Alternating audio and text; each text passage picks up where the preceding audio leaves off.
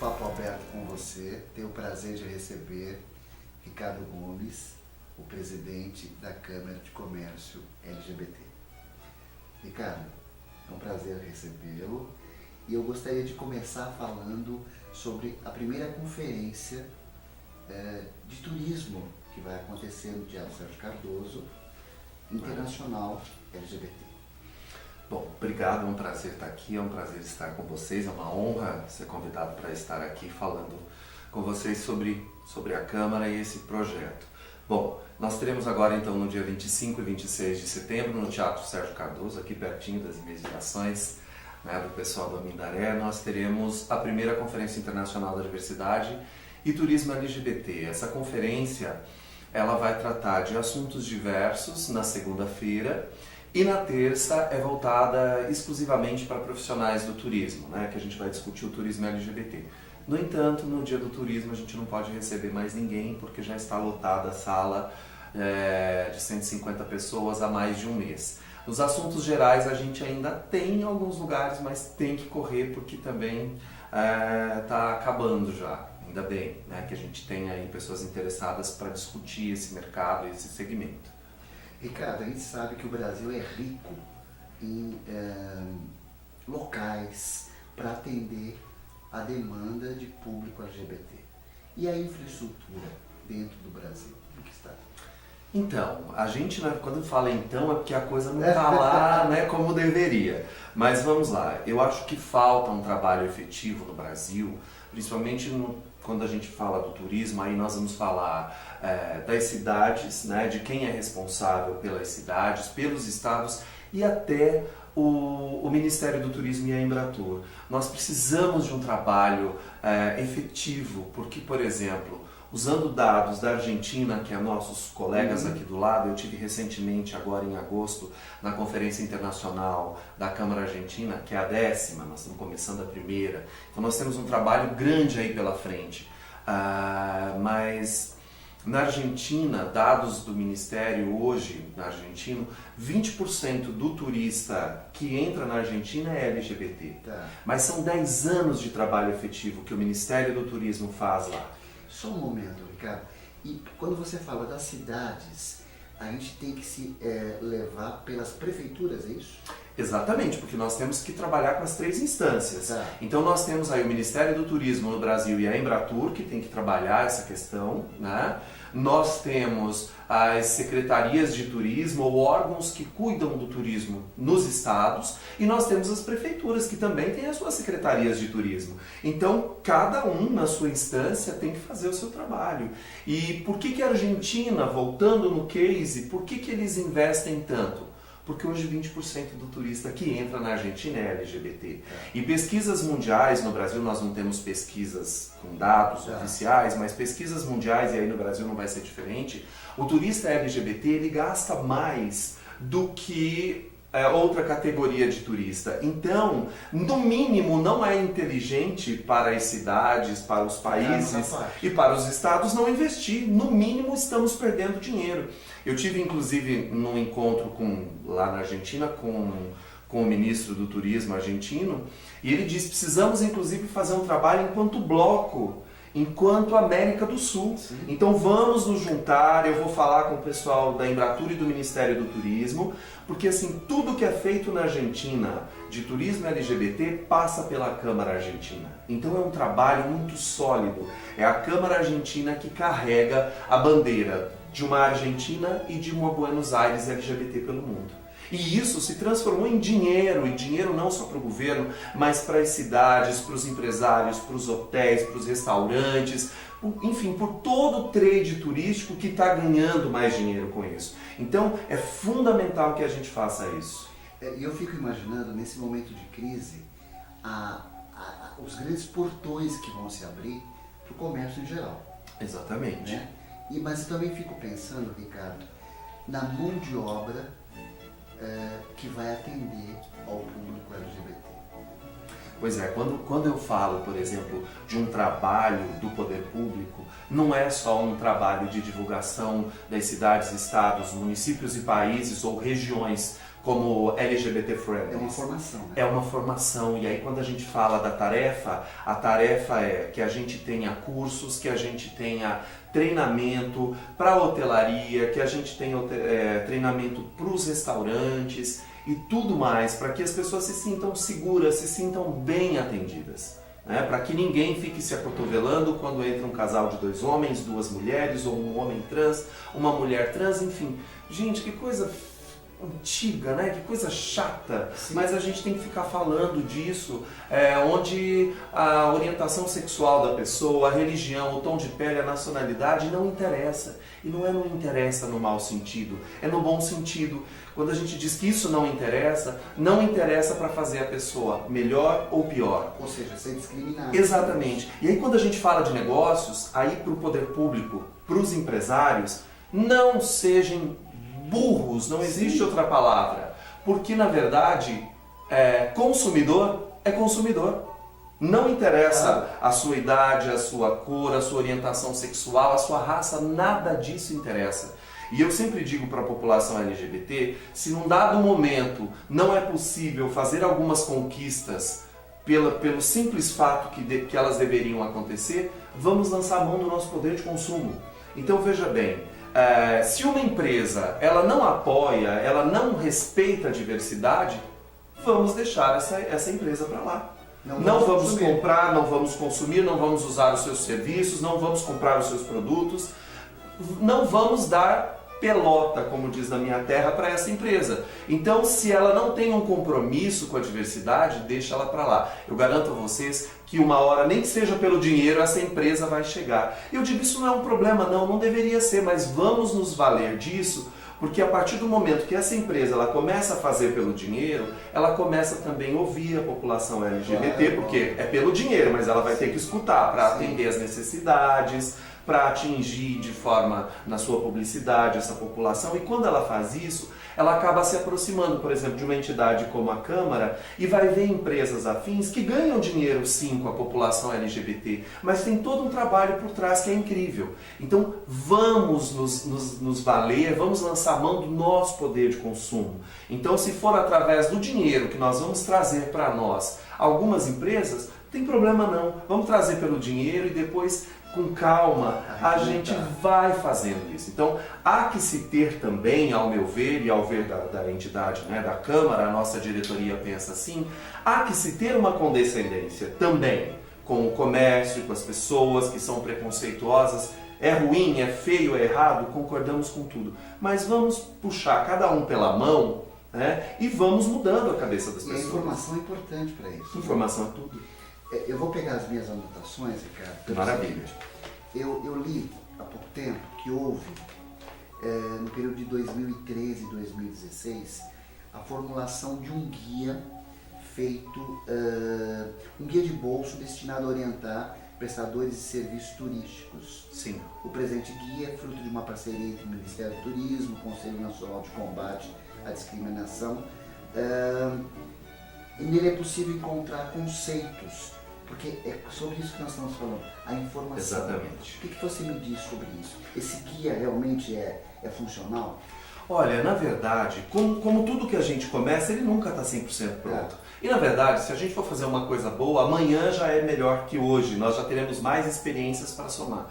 Eu acho que é um pontapé inicial, né? Ele tem sim a sua função. Agora, é importante, por exemplo, que quando o Ministério do Turismo, quando a Embratur, quando um governo, quando uma prefeitura vai formular uma história como essa, quem que a gente pode chamar para a mesa de conversa? Quem que pode agregar? Quem tem expertises do Brasil e lá de fora? Então vamos nos reunir. A Câmara, por exemplo, tudo que a gente faz, a gente ouve muito a Argentina, que são os nossos colegas aqui do lado, que tem um trabalho efetivo de 10 anos, e com a qual nós temos um acordo de cooperação internacional, e também ouvimos a Câmara Americana, que tem 15 anos. Então, pegamos esses dois exemplos do continente americano para pautar as nossas ações. Eles vão estar aqui, né? Vão, os dois presidentes são speakers da conferência. Então, veja bem, é importante que a gente pegue esses modelos, esses exemplos e faça adaptação, obviamente, para o nosso país, para o nosso estado, para a nossa cidade, mas é fundamental que a gente ouça quem já está fazendo.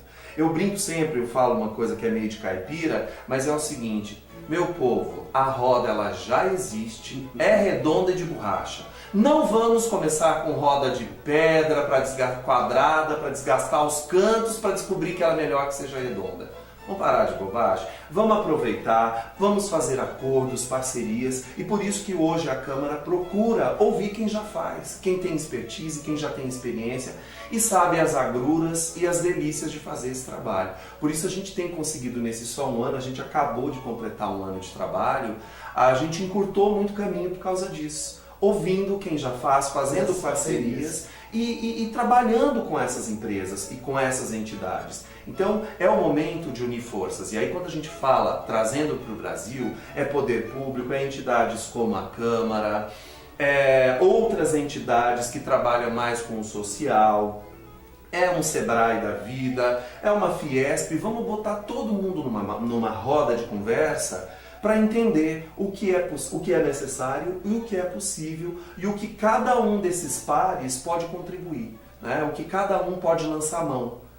Como vamos fazer uma cabana, eu tenho a lona, eu tenho a madeira, eu tenho o barro, eu tenho fogo para secar o barro, pronto, a gente resolveu o problema. Então é importante que a gente faça um trabalho conjunto. Não vai ser possível, nem no Brasil e nem em qualquer outro país, um trabalho de empresas, entidades, pessoas e poder público fazendo tudo em separado. Isoladamente. Só vai ser efetivo quando a gente reunir todos os interessados, ou pelo menos a maioria deles, né? Pelo menos pensar de cada segmento alguém que represente, para que nós possamos fazer um trabalho efetivo. Veja bem, o ministro do Turismo da Argentina querendo reunir um bloco latino-americano.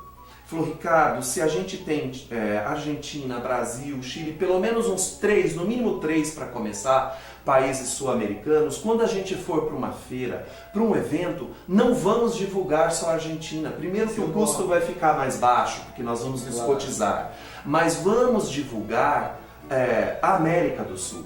Então olha a importância dessas parcerias. E aí quando a gente traz para o Brasil a mesma coisa, é São Paulo chamando o Rio, chamando Santa Catarina, chamando o Paraná, chamando o Nordeste. Quais são os estados, ou todos os estados, têm potencial para isso?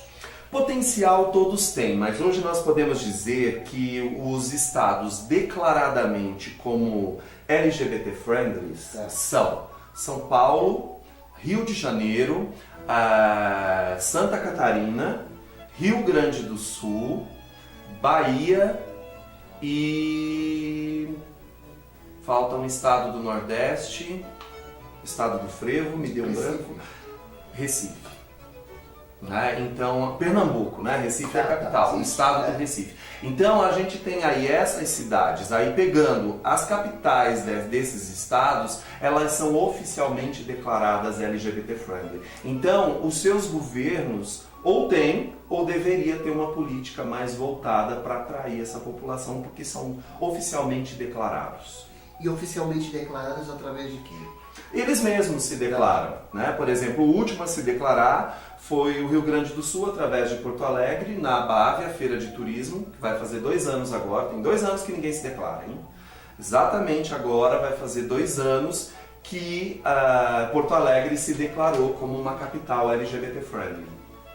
Então só esse fato é muito importante. Às vezes não tem ainda tantas políticas, mas a gente tem que ir um passo de cada vez. A Câmara tem um azulejo, para corroborar essa história, esqueci de trazer nessa correria que a gente está aí antes de Câmara, antes da conferência, nós temos um azulejo escrito em 3 idiomas com a seguinte frase: aqui se respeita a diversidade. É um azulejo 20 por 20 e as empresas colocam isso no balcão ou colam na parede, ele é colecionável, todo ano troca a arte, é um designer que faz. É muito bonito, é muito charmoso. Quem quiser saber, entra lá no site da Câmara, www.câmaradecomércio.lgbt.com.br, que tem lá a imagem do azulejo. Ele é lindo. E aí os estabelecimentos podem tê-lo. Tem. E aí algumas pessoas dizem pra gente, mas está errado, isso deveria ser um selo, a Câmara só poderia dar isso para quem cumpre uma série de coisas. Aí a gente responde, nós nunca nos propusemos a fazer um selo ou uma certificação. O que nós queremos é que as empresas se declarem amigas da diversidade. Sim. E só esse fato ele já é de suma importância, porque pensa bem, se você pega um restaurante que bota o azulejo lá na sua parede, e trata mal alguém da população LGBT. Obviamente essa pessoa vai dizer, eu gostaria de saber o que esse azulejo está fazendo aqui se vocês não estão preparados para me receber. Então percebe que só a presença desse azulejo já significa que as pessoas, além de leis, né, São Paulo, o Estado de São Paulo tem a lei contra a homofobia, não temos no país, mas em São Paulo tem, mas além desses recursos legais, só o fato de uma empresa colocar esse azulejo lá, já dá a ela algumas responsabilidades. E como ninguém é bobo, quando o empresário faz isso, ele já fala, bom, mas a gente tem que tomar alguns cuidados agora. Então, todas essas ações, por menor que elas sejam, nós entendemos que elas podem contribuir com esse processo. E as várias diversidades dentro do mundo LGBT também tem que ser informada, né? Tem, porque é complexo. Até pra gente que vive nesse meio... Sim. São muitos rótulos. São muitos rótulos e aí você fica... Eu sempre peço desculpas quando eu falo com alguém. Eu digo assim, você sabe o que é um homem cis? Se você souber, por favor, me desculpe, mas a minha obrigação é instruir. E eu vejo que a população LGBT tem que fazer isso, é aquela condescendência que eu falei que é necessária. Ninguém tem obrigação de saber tudo. Sim. Então, se alguém chama um LGBT de forma errada, trata de forma errada, vamos simplesmente, não vamos fazer estardalhaço. Vamos dizer, falar assim, olha, não é assim. Né? Você trata a pessoa pelo gênero pelo qual ela tanto se esforçou para aparecer. Né? Hoje tem uma dúvida muito grande, as pessoas acham que um homem cis é um homem que virou, um homem trans é um homem que se preparou para virar ou para se transformar numa mulher, e é o contrário.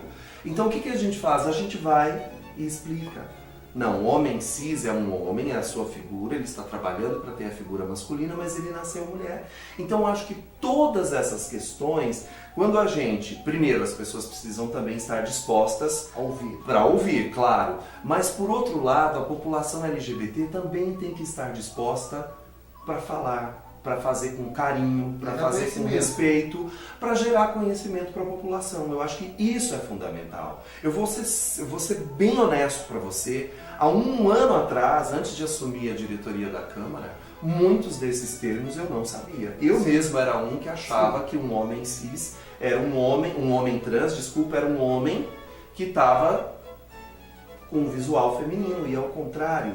Então, assim, vamos ter paciência e vamos contar para as pessoas como é que funciona, vamos explicar. É difícil de entender. A gente sabe que algumas coisas são difíceis até de caber na cabeça da pessoa. Dentro do mundo LGBT também é complicado para algumas pessoas entender e saber.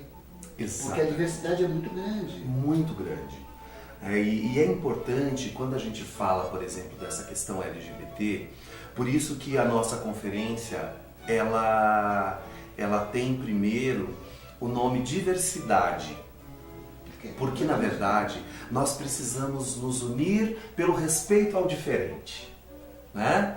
Então, por isso que na conferência, turismo é sim a coisa mais forte, só pelo motivo de que o segmento do turismo está mais organizado para a população LGBT. Tanto no Brasil quanto fora. Foi o segmento que mais percebeu a importância dos LGBTs e começou a se organizar. Ainda no Brasil, mesmo no Brasil, as empresas que mais estão preparadas, que têm projetos, que têm coisas específicas, a grande maioria está no turismo. Então, por isso que a gente tem uma coisa específica do turismo. Mas nós temos um outro dia trabalhando de várias vertentes da diversidade. A gente vai discutir na conferência racismo, religiões de matrizes africanas, as questões da mulher, as questões das pessoas com deficiência. Isso é bastante amplo, então. É muito amplo, porque na verdade nós entendemos que é importante, quando a gente trabalha ou representa um segmento, vamos pegar os outros e vamos fazer um levante para a coisa acontecer. Por exemplo, nós abarcamos muito aqui na conferência a pessoa com deficiência. E no começo do ano teve um piquenique para deficientes LGBTs. Então o que a gente fez para essa edição? A conferência ela é na segunda e na terça, né, 25 e 26. Porém, no domingo, o primeiro ato da conferência é o piquenique de pessoas LGBTs com deficiência no Ibirapuera. Que bárbaro. Com que objetivo? que a gente discuta vários assuntos. Então a conferência encampou esse projeto e falou, não, então esse vai ser o primeiro ato da conferência, vai ser esse piquenique. Todo mundo está convidado, inclusive, domingo no Parque do Ibirapuera, a partir da 1 às 5 da tarde. Com que objetivo? Para ouvir todo mundo, para conviver com todo mundo. E a gente tem mulheres trans que estarão com a gente tanto na conferência quanto no piquenique. Tá aí a Leandrinha Duarte, que a maioria quem acompanha a internet sabe, ela vai estar tanto no piquenique quanto na conferência. Nós temos... Desculpe, Ricardo, qual o horário da conferência? A conferência ela começa, o credenciamento é 8h30, mas o trâmite mesmo começa às 9h, termina às 19h40 na segunda. E na terça-feira também, credenciamento às 8h30 para retirar credencial e tudo mais, e termina às 19h30. Então é importante que a gente se una e por isso a gente resolveu encampar essa história do piquenique, para que ele seja maior, mais expressivo, porque é muito importante que a população entenda. Por exemplo, nós vamos ter um relato na conferência da Paula, que é uma lésbica cadeirante, e ela diz que quando ela se apresenta como cadeirante ou ela chega por conta da cadeira de roda, todo mundo corre e ajuda. Oi, tá tudo bem? Você precisa de uma ajuda, não sei o que, faz tudo.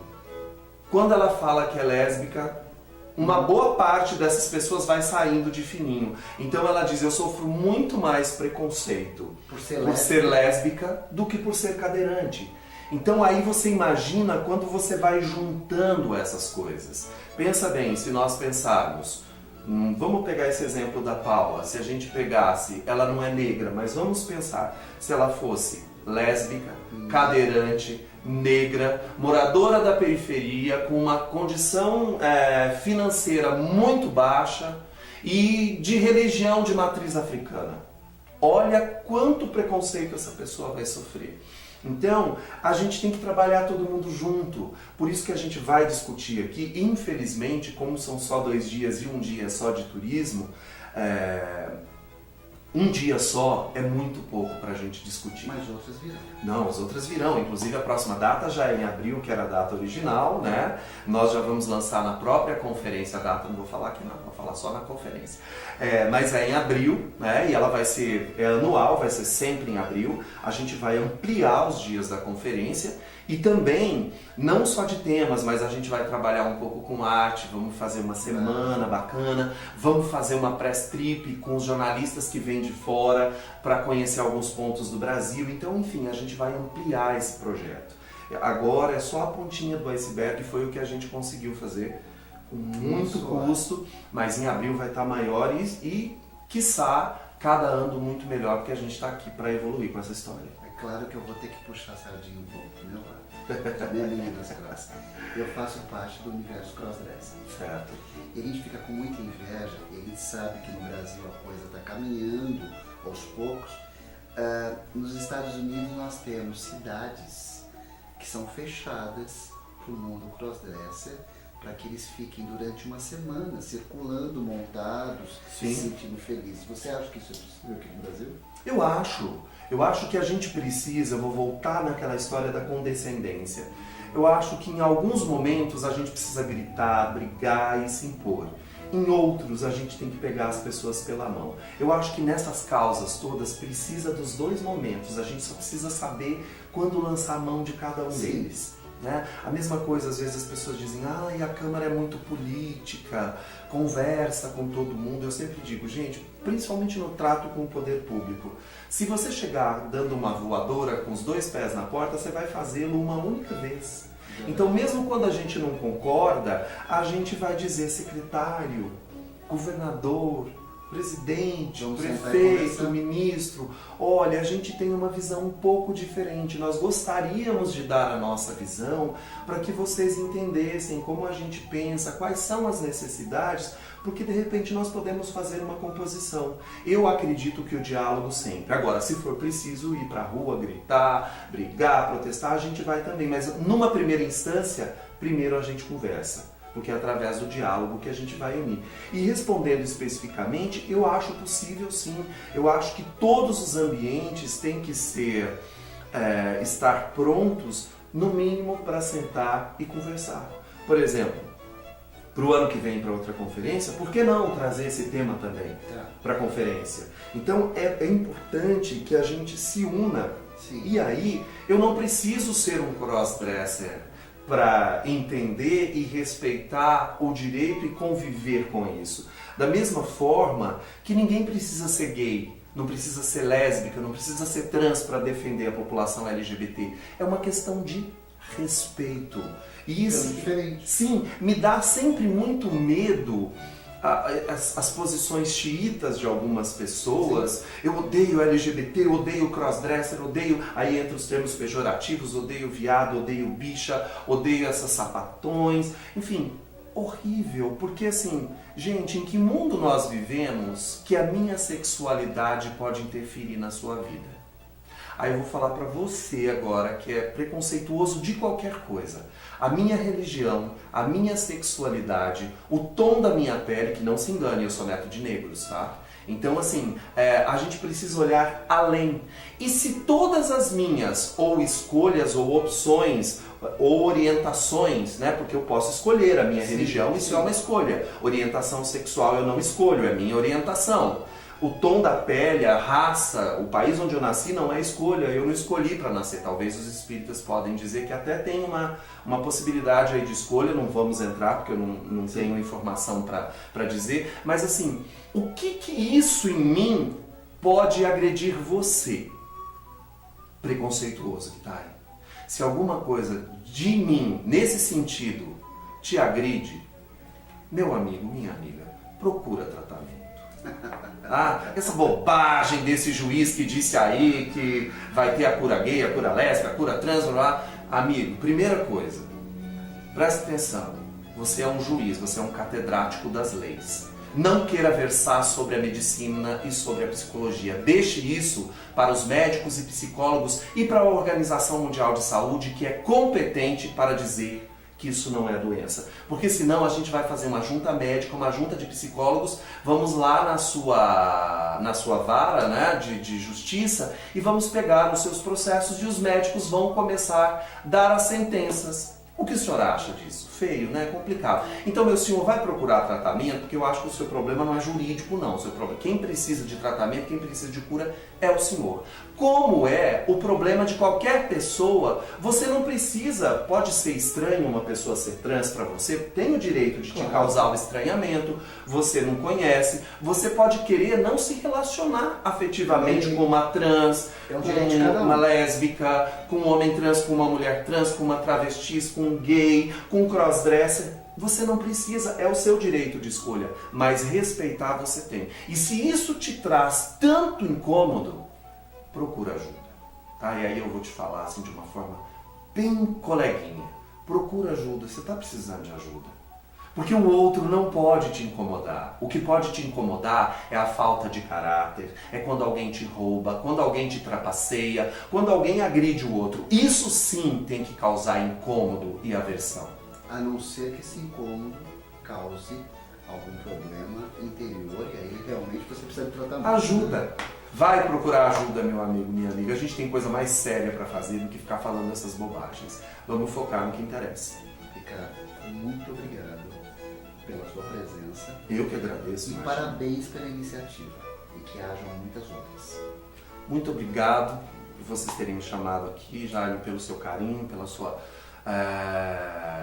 alegria em nos receber. A minha alegria certamente é muito grande também estar aqui. Em nome da diretoria da Câmara eu agradeço todo mundo. Em nome do governo de São Paulo, da Prefeitura de São Paulo que nos apoiam nessa empreitada da Conferência Internacional, eu também agradeço. E minha gente, vamos para lá, só que tem que correr porque as vagas estão acabando. No próximo ano a gente vai ter condição de receber mais gente ainda, mas enfim, é muito importante que a gente sente para ouvir, para discutir e para assimilar o que é bom para todo mundo. Divergência, a gente vai ter sempre, mas quando a gente está pronto, no mínimo, para ouvir, o que a gente ouve, ainda que a gente é contra, pode fazer com que a gente tenha um pensamento melhor, né? Vamos trabalhar para um mundo mais honesto, mais digno, nos preocupar um pouquinho mais com a corrupção e quando a gente fala de LGBT, vamos ver como é que a gente pode contribuir. Quando a gente fala de negro, quando a gente fala de mulher, o resto é bobagem. Tá ok? Muito obrigado. Aproveitando e agradecendo aos nossos apoiadores, Bela Cerco, Quitanda de Almendaré e Quinarelli Artesanal. Muito obrigado pela audiência de vocês e obrigado mais uma vez a cada um. Eu que agradeço.